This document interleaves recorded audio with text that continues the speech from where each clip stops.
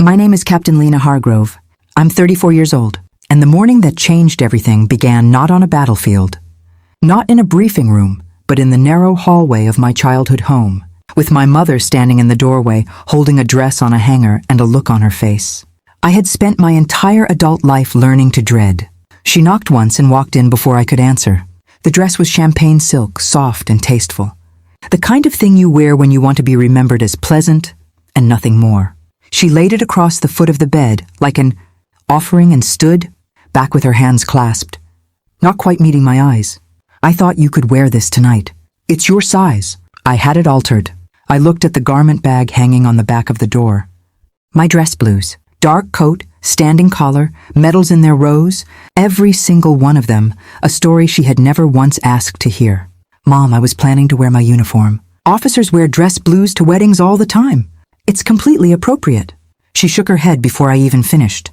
The Hargraves are very traditional, Lena. The whole evening is black tie. A uniform would just be a lot. People will stare. It's not that kind of crowd. Then she said it. The line she had clearly been rehearsing since she woke up. Delivered soft and almost gentle, which is precisely what made it cut the deepest. Just this once, blend in. I stood there holding both hangers, one in each hand, like a scale slowly tipping. And I felt the old reflex fire, the one I had been feeding my entire life. Keep the peace. Take the weight. Don't make it weird. I almost said yes. God help me, I came so close. Instead, I told her I would think about it. She smiled, relieved, squeezed my arm, and went downstairs to call the florist.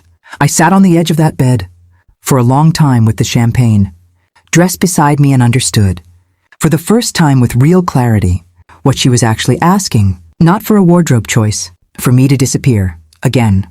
Before I tell you what I decided, you need to understand who I was before that hallway. Because that part is everything. I have a small apartment near base that fits in a duffel bag, and I like it that way. Boots by the door, coffee strong, lights out by 9. The people I serve with know me better than my own family ever tried to.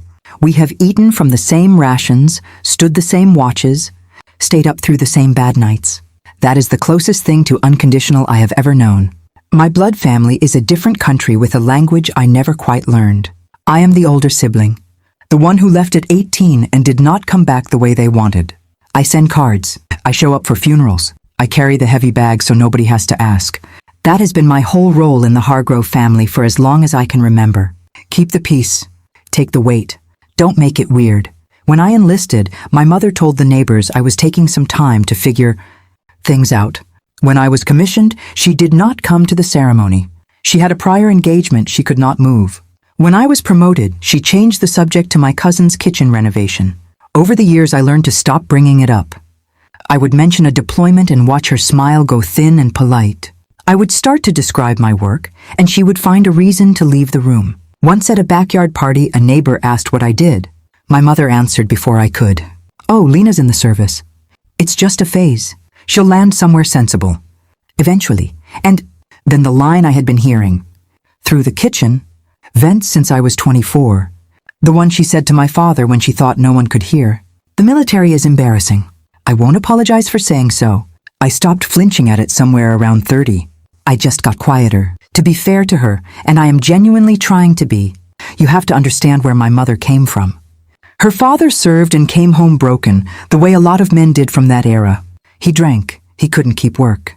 The family moved constantly, chasing cheaper rent, and my mother spent her childhood as the new girl in clothes that never quite fit.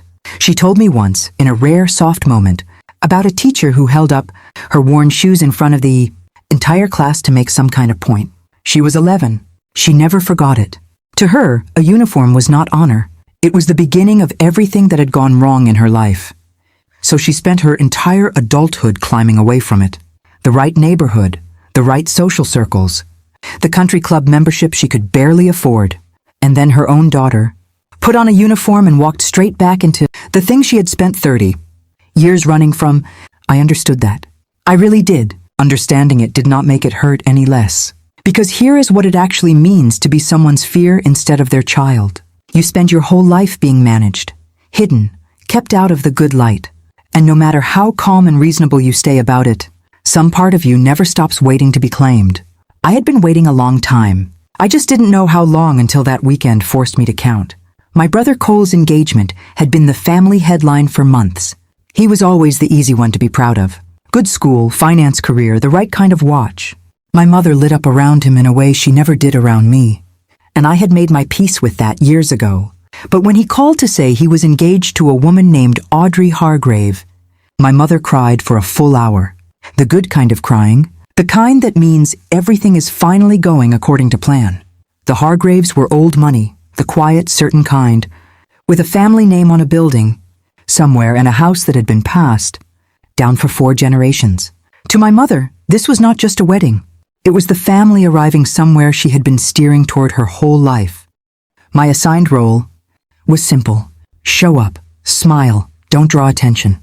I was used to that part. What I wasn't prepared for was Audrey. The first time we actually spoke, she asked about my real life. Not the polished, vague version. The actual one. She asked sharp questions and listened to every answer. At the end of the call, she said, quietly and simply, "I'm so glad Cole has a sister like you." I didn't know what to do with that. Nobody in my own family had said anything close to it in years. The ask came 2 days before the wedding. You already know about the dress, the doorway, the word blend in. What I haven't told you yet is what happened that same night. After the house went quiet and I sat alone on the floor of my childhood room with my hand inside, the inner pocket of my uniform jacket, there is a coin there, plain, heavy, edges worn smooth from years of my thumb working over them. A challenge coin, and it belonged to someone else first. His name was Corporal Marcus Webb, 22 years old, from a small town in Georgia, with one intersection and a gas station that doubled as the post office. Marcus kept peppermint candies in his cargo pocket and handed them to anyone who looked like they needed one. He called me ma'am, with this enormous grin that should have been irritating and somehow never was. The week before everything went wrong, he pressed this coin into my palm after a long day and said, "For luck, ma'am, you carry it." I laughed and tried to give it back. He walked away without taking it, so I kept it. I still have it. He doesn't. There was a road. There was a morning. A vehicle that should have made it through and did not. 4 of us. 3 came home. Marcus was not one of the 3. I have turned those minutes over more times than I can count and made my peace with most of it. The way you make peace with something that will never be completely finished. The coin is how I carry him. Every single day, close to my chest, where the medal would later sit. So when my mother stood in that doorway and said the military is embarrassing, she did not know what she was actually saying. She was talking about Marcus, about that road, about the worst and most important morning of my entire life. And she had no idea. I sat on that floor holding the coin and let that land completely for the first time. Then my phone buzzed. A text from my Aunt Patricia, my mother's younger sister, who had been quietly uncomfortable all weekend in a way I had noticed and filed away. No message, just a screenshot. I read it once and did not believe it. Then I read it again. It was from a family group text called Wedding Logistics. Every family member was in it. Everyone except me. My mother had written, that very morning, a string of messages I can still recite from memory because some words burn themselves in whether you invite them to or not. Please make sure no one encourages Lena to wear the uniform. The Hargraves are extremely refined and it would be humiliating. Seat her at table 11 near the back, away from the head table. And then, plainly, without softening. The military is embarrassing and I will not have her turning Cole's wedding into a spectacle. My cousin had replied with a laughing emoji. Cole had replied with one word. Agreed. My father had not replied at all. But the chat showed his phone had read it 90 seconds after she sent it. He saw it. He chose silence, which I understood sitting there on that floor was the same choice he had been making about me my entire life, and I had been misreading it as neutrality for decades. I set the phone down very gently on the bedspread, screen up, my mother's words still glowing there, and I sat in the quiet and let myself understand, finally and completely, exactly what my place in this family had always been. What I felt was not rage. I want to be honest about that because rage would have been simpler. What I felt was clarity, cold and clean, like stepping outside into sharp winter air. For 10 years I had been telling myself that my family didn't fully understand me but loved me underneath it all, and that the hiding was just my mother's particular way, and that someday it would shift. That story died quietly on that bedspread. They understood me perfectly. They had simply decided. I stood up. I took the champagne dress off the chair, smoothed it carefully, and hung it back on the hanger. Then I looked at the dress blues by the door and made my decision. Not in anger, not for revenge. I was simply going to stop helping them hide me. There is a difference, and it matters enormously. The ceremony was Cole and Audrey's, not mine, so I sat in simple clothes at the back of the chapel and let my brother have every moment of it. And I cried, the real uncomplicated kind, because he looked terrified and happy, and Audrey looked at him like he was the answer to something. That's the brutal math of family. You can know exactly how little someone has fought for you and still love them completely. I let myself have that. When the guests moved across the lawn toward the ballroom for the reception, I waited until the room was full and warm. Then I found the side room where my garment bag was hanging, and I closed the door. I dressed carefully. Dark coat, standing collar, each medal in its precise order, and when my hands reached one in particular, they slowed and stopped. A gold star with a small silver star at its center on a ribbon of red, white, and blue. The Silver Star, third highest combat decoration this country gives. I had to set it down and pick it back up twice before I got it pinned straight. My hands, which are steady under nearly anything, were not steady. I reached into the inner pocket and found Marcus's coin, held it against my palm for a moment, said his name quietly the way I always do. Webb. Put it back over my heart, behind the medals, where it belongs. I looked at myself in the mirror, and I did not see a parade. I did not see an embarrassment. I saw a Marine. I saw every road, every watch, every name. And I thought without drama or performance, this is what I actually look like. Not the woman at the back table. This. I walked out into the ballroom with no plan, beyond taking my assigned seat and being quietly, completely myself. I had taken perhaps a dozen steps along the wall when I felt the air in the room change. You learn to feel that. The half-second drop in noise that means collective attention has shifted. I kept my eyes forward and my pace even. I found my mother without looking for her. Near the center of the room, mid-laugh with a circle of Hargrave guests. And I watched the laugh fall completely off her face as she saw me. Her hand went to her throat. My father turned slowly to follow her gaze and went very still. Cole, at the head table, half rose from his chair. The room tipped toward silence. And I felt the old fear rise one final time, the voice saying, "Sit down, hug the wall, take your seat at the back. Don't make it weird." I nearly listened. I truly nearly did. But before that voice could win, an old man near the head table finished getting slowly to his feet. I had noticed him the night before at the rehearsal dinner, silver-haired, straight-backed, with the particular posture of someone who has carried it so long it simply became how he moves. He had looked at me briefly across the room, held my gaze for a half-second longer than polite, and looked away. I had thought nothing of it. He was not looking away now. He stood with the full stillness of a man at attention, shoulders squared, chin level, eyes locked on the medal on my chest with an expression I recognize because I have felt it myself. Recognition, complete, certain and immediate, the kind that bypasses everything else. His glass was on the table. His napkin had dropped to the floor. He had not noticed. The string quartet faltered, one instrument at a time, until a single violin trailed off into nothing, and the room held its breath. Colonel James Whitaker, retired, 32 years of service, oldest friend of Audrey's late grandfather, raised his right hand slow and precise and held a full salute. An old man in a tuxedo at a wedding, rendering honors to a captain he had never met, because what she carried on her chest had told him everything he needed to know. Then he spoke. 5 words, in a voice built to carry across a parade ground, steady and absolute. "Silver Star in the room." The words landed like a stone in still water, and the meaning spread outward in rings. Not a phase, not a parade, not an embarrassment. The third highest decoration this country awards for valor in combat. And it had been standing near the back door where my mother had quietly arranged for it to stay out of sight. Then a chair scraped to my right, another to my left, a third near the tall windows. I turned slowly and watched people rise, not the whole room at once. but specific people one after another, scattered across the full length of that space like seeds planted years before by a family who had spent 3 generations doing exactly this. A man in his 60s in a dark suit who rose and squared his shoulders in a way that told me before I saw anything else.